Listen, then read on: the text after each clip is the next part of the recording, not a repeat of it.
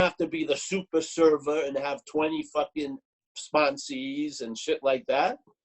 If it comes, it comes. But to me, all that can be playing God. Yeah.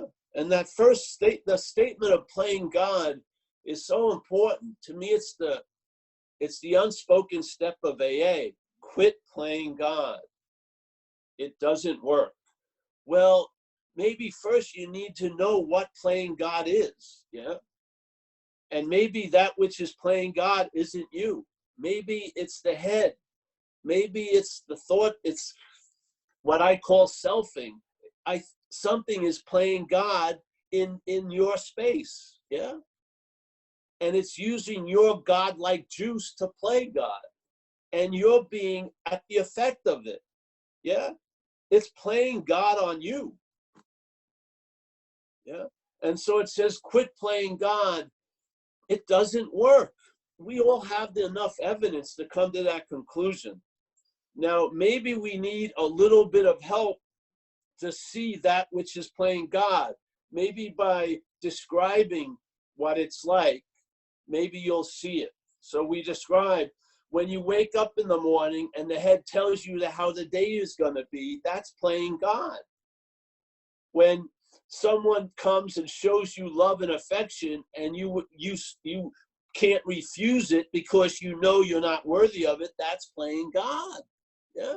So, and I'm saying right now, something is playing God while we sit right here. And so that's something that's playing God is claiming to be the hearer of this last few sentences. So the parasite's hearing, I got to quit playing God. And it's exactly doing that right now. It's playing God. So this is the fundamental dilemma. So that which is playing God, when it tries to quit playing God, that's playing God.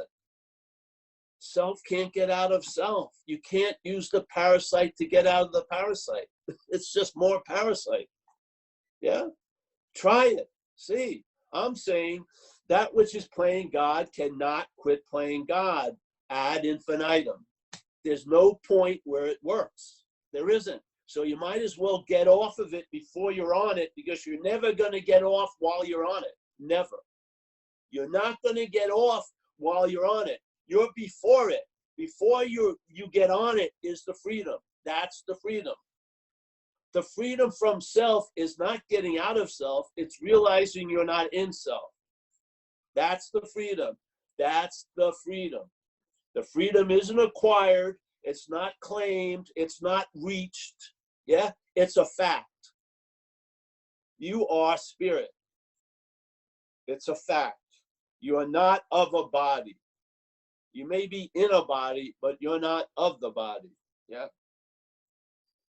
If we could get that anatomical diagram correct, it goes a long way to promote clarity, really.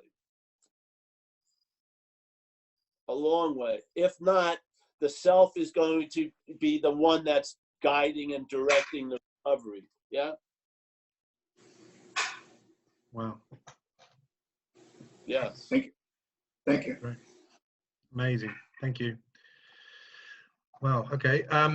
Maggie V, you're up. Story in Christianity in the New Testament, the prodigal son. I think it's very beautiful. So the prodigal son is a guy, and I'm paraphrasing a lot, obviously. He comes from a rich family. Everything was really good, and he splits. And he starts acting out, and he's thinking he's fucked up. And so he can't go back. He doesn't feel like he has the right to go back to the home, to his father and the place. And so he just keeps hitting more and more bottoms.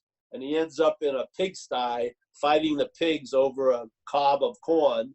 And then suddenly something hits, like a sudden, something gets revealed, yeah? And he realizes he was the one that was putting off the return, yeah? And as soon as there was a giving of permission, his father appeared like immediately. And he was on a road, and his father had some new clothes and put on a ring on him and said, hey, listen, let's go. We're having a big feast. It wasn't like a huge month-long process. It happened like that.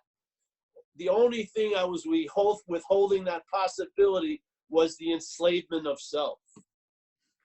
He thought he had done all this shit and he didn't deserve to return to that. Yes? See that there's something in you that's withholding permission. It's the disease. Yeah, and you're not of that. You don't have to fucking tie to that. You don't have to perform for that. You don't have to live under that. You don't. There's freedom from the bondage of self. So, all right, well, I guess that's it, eh?